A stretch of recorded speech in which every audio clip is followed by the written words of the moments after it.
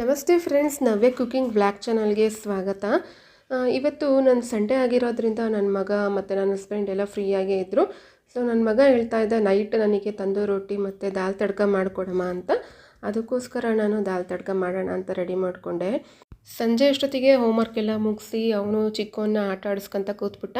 So ಅದಕ್ಕೆ ನನಗೆ ಈ ರೊಟ್ಟಿ ಮತ್ತು ದಾಲ್ ತಡ್ಕನ ಮಾಡಲಿಕ್ಕೆ ಈಸಿ ಆಯಿತು. ಮತ್ತು ನಿಮ್ಮೆಲ್ರಿಗೂ ಕೂಡ ನಾನು ಫಸ್ಟು ಧನ್ಯವಾದಗಳನ್ನ ಹೇಳಬೇಕು. ಯಾಕಂದರೆ ನನ್ನ ಚಾನಲ್ ಸ್ಟಾರ್ಟಾಗಿ ಒಂದು 30 ಡೇಸ್ ಆಗಿದೆ, ಅಂದರೆ 1 ಮಂತ್ ಆಯಿತು. ಅಷ್ಟರೊಳಗಡೆ ನೀವು 200 ಮೆಂಬರ್ಸ್ ಸಬ್ಸ್ಕ್ರೈಬರ್ ಆಗಿದ್ದೀರಾ. ಆ್ಯಕ್ಚುಲಿ ನಂದು ಚಾನಲ್ನ ಸ್ಟಾರ್ಟ್ ಮಾಡಿದ ಮೇಲೆ ನಾನು ಯಾವುದೇ ರೀತಿಯಾದ ಲೈಟಿಂಗ್ಸ್ ಆಗಲಿ ಯಾವುದನ್ನು ಕೂಡ ತೊಗೊಂಡಿಲ್ಲ. ಹಾಗೆ ನೀಟಾಗಿ ಕೈಯಲ್ಲೇ ಇಟ್ಕೊಂಡು ಮಾಡ್ತಾಯಿದ್ದೀನಿ. ಮೊಬೈಲ್ನ ಸ್ಟ್ಯಾಂಡ್ ಕೂಡ ತೊಗೊಳ್ದಲೆ ಹಾಗೆ ಮಾಡ್ತಾಯಿದ್ದೀನಿ. ಆದರೂ ಕೂಡ ಇಷ್ಟೊಂದು ಇಷ್ಟಪಟ್ಟು ನೀವು ನನ್ನ ಚಾನಲ್ನ ನೋಡಿ ನನಗೆ ಪ್ರೋತ್ಸಾಹನ ನೀಡಿದ್ದೀರಾ. ಇದೇ ರೀತಿ ನಿಮ್ಮ ಪ್ರೋತ್ಸಾಹ ನೀಡ್ತಾನೆ ಇರಬೇಕು. ಏಕೆಂದರೆ ಸ್ಟಾರ್ಟಿಂಗ್ ಬೆಳೆಯೋರಿಗೆ, ಯೂಟ್ಯೂಬ್ ಚಾನಲ್ ಕ್ರಿಯೇಟ್ ಮಾಡಿರೋರಿಗೆ, ಸ್ಟಾರ್ಟಿಂಗ್ ಬೆಳೆಯೋರಿಗೆ ಈ ರೀತಿಯಾದ ಪ್ರೋತ್ಸಾಹ ಇದ್ದರೆ ಖಂಡಿತ ಎಲ್ಲರೂ ಮುಂದೆ ಬರ್ತಾರೆ. ಥ್ಯಾಂಕ್ ಯು ಫ್ರೆಂಡ್ಸ್, ಹೀಗೆ ವಾಚ್ ಮಾಡ್ತಾಯಿರಿ.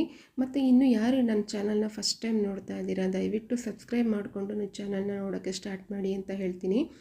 ಏಕೆಂದರೆ ಸ್ಟಾರ್ಟಿಂಗಲ್ಲಿ ಮಾಡುವಾಗ ನಮಗೆ ಹುಮ್ಮಸ್ಸು ಬರಬೇಕು ಅಲ್ವಾ. ಯಾರೇ ಆಗಿರಲಿ, ನೀವೇ ಆಗಿರಲಿ, ನಾವೇ ಆಗಿರಲಿ, ಸ್ಟಾರ್ಟಿಂಗ್ ಏನಾದರೂ ಒಂದು ಕೆಲಸಕ್ಕೆ ಕೈ ಹಾಕಿದ್ದಾರೆ ಅಂದರೆ ಅವರಿಗೆ ಹುಮ್ಮಸ್ಸು ಬರಬೇಕು. ಅದೇ ರೀತಿ ಹುಮ್ಮಸ್ಸು ಬರೋ ಥರ ನೀವು ನಮಗೆ ಪ್ರೋತ್ಸಾಹನ ಕೊಡಬೇಕು. ಅದಕ್ಕೋಸ್ಕರ ನನ್ನ ಚಾನಲ್ಗೆ ಸಬ್ಸ್ಕ್ರೈಬ್ ಮಾಡ್ಕೊಳ್ಳಿ ಅಂತ ಹೇಳ್ತೀನಿ. ಬನ್ನಿ, ನಾನು ಇವತ್ತು ಯಾವ ರೀತಿಯಾಗಿ ದಾಲ್ ತಡ್ಕ ಮತ್ತು ರೋಟಿನ ಮಾಡಿಕೊಂಡೆ ಅಂತ ಹೇಳ್ತಾ ಇದ್ದೀನಿ, ನೋಡೋಣ ಬನ್ನಿ. ನಾನಿಲ್ಲಿ ಕುಕ್ಕರಲ್ಲಿಗೆ ಫಸ್ಟು 1 ಬಟ್ಲಾಗುವಷ್ಟು ಮುಕ್ಕಾಲು ಭಾಗದಲ್ಲಿ ತೊಗರಿಬೇಳೆ, 1/4 ಭಾಗದಷ್ಟು ಮಸೂರು ದಾಳನ್ನ ತೊಗೊಂಡು ನೀಟಾಗಿ ತೊಳ್ಕೊಂಡು 2 ಲೋಟದಷ್ಟು ನೀರನ್ನು ಹಾಕಿ 2 ಲೋಟ ಮತ್ತು ಸ್ವಲ್ಪ ಅರಿಶಿಣ, ಸ್ವಲ್ಪ ರುಚಿಗೆ ತಕ್ಕಷ್ಟು ಉಪ್ಪನ್ನ ಹಾಕ್ಬಿಟ್ಟು ಬೇಯಿಸಲಿಕ್ಕೆ ಇಟ್ಕೊಂಡೆ. ಇದು 3 ಇಂದ 4 ವಿಷಲ್ ಕೂಗ್ಕೊಳ್ಳಿ ಅಂತ. ಇದು ನಂತರ ಇಲ್ಲಿ ತಂದೂರಿ ರೊಟ್ಟಿ ರೆಡಿ ಮಾಡ್ಕೊಳ್ಳಿಕ್ಕೆ ಫಸ್ಟ್ ಹಿಟ್ಟನ್ನು ಕಲಿಸ್ಕೋಬೇಕು. ಅದಕ್ಕೆ ನಾನಿಲ್ಲಿ 2 ಬಟ್ಲಷ್ಟು ಮೈದಾ ಹಿಟ್ಟಿಗೆ 1 ಬಟ್ಲಷ್ಟು ಗೋಧಿ ಹಿಟ್ಟನ್ನ ಹಾಕ್ಕೊಂಡು 1-2 ಸ್ಪೂನಷ್ಟು ಮೊಸರನ್ನ ಹಾಕ್ಕೊಳ್ಬೇಕು. ಈಗ ಹಾಕ್ಕೊಂಡು ನಾನು ಸ್ವಲ್ಪ ಉಪ್ಪು ಮತ್ತು ಸಕ್ಕರೆನ ಹಾಕ್ಕೊಂಡೆ. ಒಂದು ರುಚಿಗೆ ತಕ್ಕಷ್ಟು ಉಪ್ಪು, 1/4 ಚಮಚ ಆಗುವಷ್ಟು ಉಪ್ಪು, ಸ್ವಲ್ಪ ಸಕ್ಕರೆ ಹಾಕ್ಕೊಂಡು ಸ್ವಲ್ಪನೇ ನೀರು ಹಾಕ್ಕೊತ ಕಲಿಸ್ಕೊತಾ ಬಂದೆ. ಈ ರೀತಿ ಕಲಿಸ್ಕೊಂಡಾದಮೇಲೆ 1/4 ಭಾಗ ಆಗಿದೆ ಅಂದಾದಮೇಲೆ ನಾನಿಲ್ಲಿ ಸ್ವಲ್ಪ ಎಣ್ಣೆ ಹಾಕ್ಕೊಂಡೆ. ಎಣ್ಣೆ ನಿಮಗೆ ಒಂದು 3 ಇಂದ 4 ಸ್ಪೂನಷ್ಟು ಹಾಕ್ಕೊಳ್ಬೋದು. ನಾನಿಲ್ಲಿ ಸ್ವಲ್ಪ ಕಡಿಮೆನೇ ಹಾಕ್ಕೊಂಡಿದ್ದೀನಿ ಎಣ್ಣೆನ, ಯಾಕಂದರೆ ಮತ್ತೆ ಇನ್ನೊಂದು ಸ್ವಲ್ಪ ಲಾಸ್ಟಲ್ಲಿ ಕೊನೆಯಲ್ಲಿ ಹಾಕ್ಕೊಳ್ತೀನಿ. ಈ ರೀತಿಯಾಗಿ ಕಲಿಸ್ಕೊಂಡಾದಮೇಲೆ ಚೆನ್ನಾಗಿ ನಾದ್ಕೊಳ್ತಾ ಬರಬೇಕು. ಚೆನ್ನಾಗಿ ನಾದಷ್ಟು ನಮಗೆ ತಂದೂರಿ ರೊಟ್ಟಿ ತುಂಬ ಚೆನ್ನಾಗಿ ಬರುತ್ತೆ. ನಾವಿಲ್ಲಿ ಎಷ್ಟು ಚೆನ್ನಾಗಿ ನಾದ್ಕೊತಾ ಬರ್ತೀವೋ, ಅಂದರೆ ಹಿಟ್ಟು ಎಷ್ಟು ಹದವಾಗಿ ಮಾಡ್ತೀವೋ ಅಷ್ಟು ಹದವಾಗಿ ನಮಗೆ ತಂದೂರಿ ರೊಟ್ಟಿ ಚೆನ್ನಾಗಿ ಬರುತ್ತೆ. ಇಲ್ಲಿ ನಾನು ಸ್ವಲ್ಪ ಲಾಸ್ಟಲ್ಲಿ ಎಲ್ಲ ನಾದಿದ್ದಾಗಿದೆ ಅಂದಾದಮೇಲೆ ಲಾಸ್ಟಲ್ಲಿ ಕೂಡ 1-2 ಸ್ಪೂನಷ್ಟು ಎಣ್ಣೆನ ಹಾಕ್ಕೊಂಡು ಈ ರೀತಿಯಾಗಿ 2 ಚಮಚ ಎಣ್ಣೆ ಹಾಕ್ಕೊಂಡು ಚೆನ್ನಾಗಿ ಎಲ್ಲ ಕಡೆನೂ ಸವರಿದ್ಬಿಟ್ಟು ಒಂದು ಬಟ್ಲಿನ ತೊಗೊಂಡು ಇದನ್ನು ಹಾಕಿ ಮುಚ್ಚಿಬಿಟ್ಟೆ. ಇಲ್ಲಿ ಅದು ಒಂದು 20 ನಿಮಿಷನಾದರೂ ನೆನ್ಕೋಬೇಕು ಆ ಹಿಟ್ಟು ನೆನ್ಕೊಳ್ಳೋಷ್ಟೊತ್ತಿಗೆ ನಾವು ದಾಲ್ ತಡ್ಕನಾದ್ರೂ ಆಗಿರ್ಬೋದು ಅಥವಾ ಬೇರೆ ಥರ ಗ್ರೇವಿನಾದರೂ ಮಾಡ್ಕೋಬೋದು. ಇಲ್ಲಿ ನೋಡಿ, ನಾನು ಈ ರೀತಿ ಎಲ್ಲ ಮಾಡಿ ಎಣ್ಣೆ ಎಲ್ಲ ಹಚ್ಚಾದ್ಮೇಲೆ ಒಂದು ಬಟ್ಲನ್ನ ಹಾಕಿ ಮುಚ್ಚಿಬಿಡ್ತಾ ಇದ್ದೀನಿ. ಇಲ್ಲಿ ಮುಚ್ಚಿದ ಮೇಲೆ ಆಲ್ರೆಡಿ ನಂದು ಕುಕ್ಕರ್ ವಿಷಲ್ ಕೂಡ ಕೂಗಿದೆ. ಇದು ದಾಲೆಲ್ಲ ಚೆನ್ನಾಗಿ ಬೆಂದಿದೆ. ಸೊ ಅದಕ್ಕೆ ಒಗ್ಗರಣೆ ಹಾಕ್ಕೊಂಡೆ. ಬಾಣಲಿಲಿ 2-3 ಸ್ಪೂನಷ್ಟು ಎಣ್ಣೆ ಹಾಕ್ಕೊಂಡು ಸ್ವಲ್ಪ ಸಾಸಿವೆ ಮತ್ತು ಜೀರಿಗೆ ಹಾಕ್ಕೊಂಡು ಸಿಡಿದ ಮೇಲೆ ಈರುಳ್ಳಿ ಕಟ್ ಮಾಡಿ ಇಟ್ಕೊಂಡಿರ್ತೀವಲ್ಲ, ಒಂದು ಈರುಳ್ಳಿ, 3-4 ಹಸಿಮೆಣ್ಸಿನ್ಕಾಯಿ ಮತ್ತು 4 ಒಣಮೆಣ್ಸಿನ್ಕಾಯಿ ಹಾಗೆ ಹಾಕ್ಕೊಂಡಿದ್ದೀನಿ. ಇದೆಲ್ಲದನ್ನು ಚೆನ್ನಾಗಿ ಫ್ರೈ ಮಾಡ್ಕೋಬೇಕು. ಹಸಿ ವಾಸನೆ ಎಲ್ಲ ಹೋಗಿ ಎಣ್ಣೆನಲ್ಲಿ ಚೆನ್ನಾಗಿ ಹುರ್ಕೊಂಡು ಆದಮೇಲೆ ಕೊನೆಗೆ ಶುಂಠಿ ಬೆಳ್ಳುಳ್ಳಿ ಪೇಸ್ಟ್ ಹಾಕ್ಕೊಂಡೆ. ಒಂದು 1/2 ಸ್ಪೂನ್ ಆದರೂ ಸಾಕಾಗುತ್ತೆ ಶುಂಠಿ ಬೆಳ್ಳುಳ್ಳಿ ಪೇಸ್ಟು. ಇದನ್ನು ಕೆಲವರು ಇಲ್ಲಿ ಕಟ್ ಮಾಡಿ ಹಾಗೆ ಶುಂಠಿ ಮತ್ತು ಬೆಳ್ಳುಳ್ಳಿ ಹಾಗೆ ಹಾಕ್ಕೊಳ್ತಾರೆ, ಆದರೆ ಚೆನ್ನಾಗಿರುತ್ತೆ ಇದು.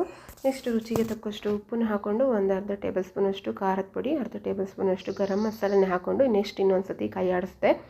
ಈ ರೀತಿ ಗ್ರೇವಿ ಎಲ್ಲ, ಅಂದರೆ ಒಗ್ಗರಣೆ ಎಲ್ಲ ಚೆನ್ನಾಗಿ ಬರಬೇಕು, ಅದು ಎಣ್ಣೆ ಎಲ್ಲ ಚೆನ್ನಾಗಿ ಫ್ರೈ ಆಗಬೇಕು.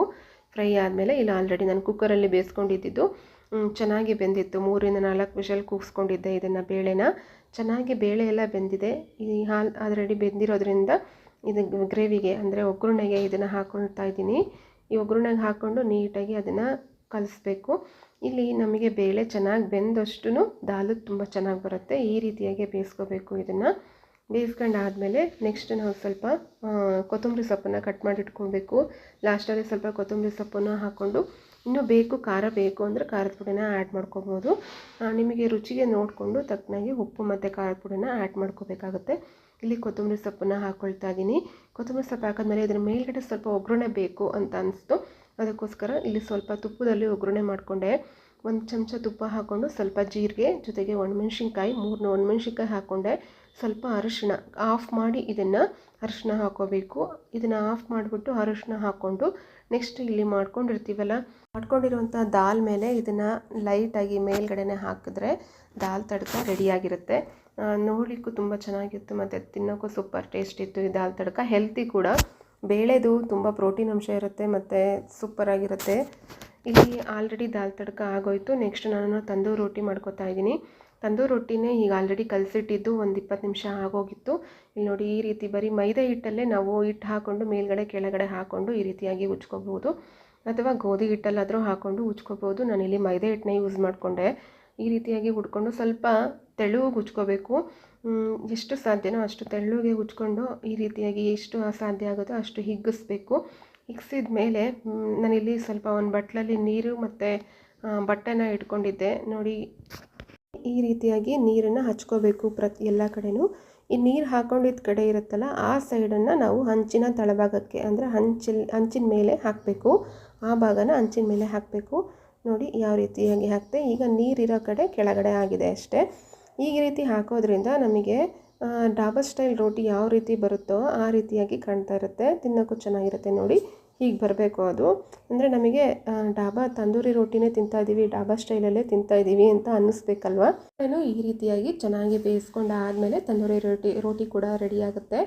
ನೆಕ್ಸ್ಟ್ ಇದಕ್ಕೆ ನಾವು ರೆಡಿ ಮಾಡ್ಕೊಂಡಿರ್ತೀವಲ್ಲ ದಾಲ್ ತಡ್ಕ ಮತ್ತು ರೋಟಿ, ಇಲ್ಲಿ ಸಣ್ಣದಾಗಿ ನಾವು ಸೌತೆಕಾಯಿ ಮತ್ತು ಆನಿಯನ್ನ ಕೂಡ ಈ ರೀತಿ ಗಾಲಿ ಥರ ಹೆಚ್ಚಿಕೊಂಡು ಜೊತೆಗೆ ಇಲ್ಲಿ ನಿಂಬೆಹಣ್ಣು ಹಾಕ್ಕೊಂಡು ತಿನ್ನಬೇಕು. ಯಾಕಂದರೆ ಇಲ್ಲಿ ಯಾವ ಹುಳಿನೂ ಅಂಶನೂ ಹಾಕಿರಲ್ಲ ಅಲ್ಲ, ಟೊಮೊಟೊ ಹಾಕಿರಲ್ಲ ಮತ್ತು ಹುಣಸೆಹಣ್ಣು ಕೂಡ ಹಾಕಿರಲ್ಲ. ಸೊ ಅದಕ್ಕೆ ನಿಂಬೆಹಣ್ಣು ಹಾಕ್ಕೊಂಡು ತಿನ್ಬೋದು. ನನ್ನ ಮಗನಿಗೆ ಫಸ್ಟ್ ಇದನ್ನು ಸರ್ವ್ ಮಾಡಿ ಕೊಟ್ಟೆ. ನಿಜವಾಗ್ಲೂ ಸೂಪರಾಗಿದೆ ಮಮ್ಮಿ ಅಂತಲೇ ಹೇಳ್ದೆ. ಸಖತ್ತಾಗಿತ್ತು ತಂದೂರಿ ರೊಟ್ಟಿ ಮತ್ತು ದಾಲ್ ತಡ್ಕ. ಎಲ್ರಿಗೂ ಇಷ್ಟಪಡ್ತಾರೆ ಮನೇಲಿ. ಎಲ್ಲ ಇಷ್ಟಪಟ್ಟು ತಿನ್ನುವಂಥ ಈ ರೆಸಿಪಿ ನಿಮ್ಮೆಲ್ರಿಗೂ ಕೂಡ ಇಷ್ಟ ಆಗಿದರೆ ಲೈಕ್ ಮಾಡಿ ಮತ್ತು ಸಬ್ಸ್ಕ್ರೈಬ್ ಆಗೋದನ್ನು ಮರಿಬೇಡಿ. ಹೀಗೆ ವಾಚ್ ಮಾಡ್ತಾಯಿರಿ. Thank you friends, keep watching.